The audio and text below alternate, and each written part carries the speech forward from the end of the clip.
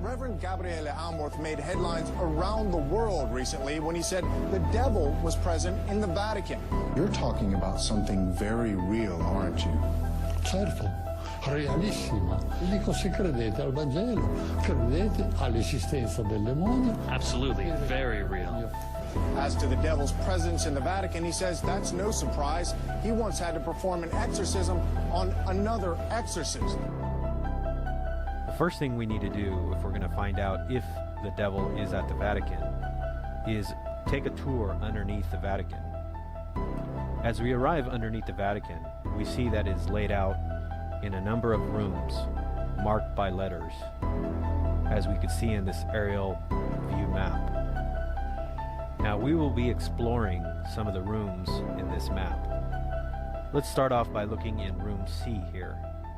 As we look into the room, we see that this is a mausoleum of a Lucius Tullius Zethus. The Vatican goes on and explains that this room was used for offerings to the dead.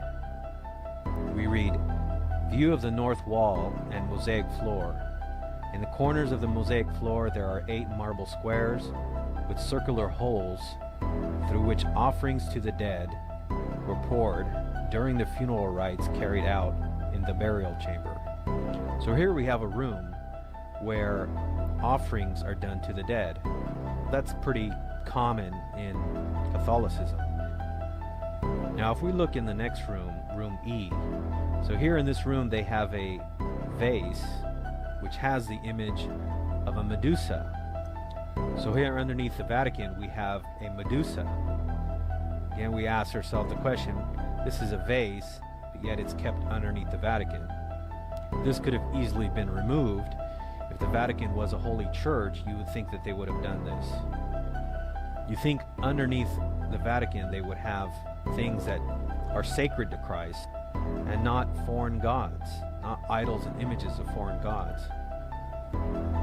Now as we move down further to room H, here we see that this is a mausoleum that is one of the largest and most luxurious mausoleums underneath the Vatican of St. Peter's Basilica.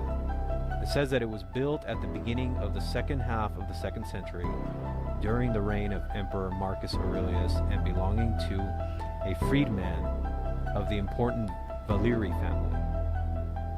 And as we're in this mausoleum, we see that there's lots of idols from the old Roman Empire. We ask ourselves, why does Rome keep these idols down underneath St. Peter's Basilica? You would think if they were Christians, they would want to clean all this out. I can't imagine anybody who has a true church would keep idols in their churches, especially pagan idols. As we move into the next room, room I, the details of the mosaic floor with Mercury and Pluto's chariot, they go on and explain that this theme is an explicit reference to the overcoming of death and the return of the afterlife. They describe it as a splendid mosaic floor of Mercury is depicted carrying a caduceus with wings at his ankles, walking in front, and a chariot carrying Pluto and his wife Persephone. So here we have all these Roman gods underneath the Vatican, images of foreign gods. Well, as we move to the next room, we find out why they keep all these idols down there in these images. As we move to room U, here we find the shock of all shocks. Here on the wall, it says there is a depiction of Lucifer, that is, the light bearer, the morning star. On the opposite of the wall, there is a drawing of Vesper, the evening star, cosmic symbol of the human life cycle.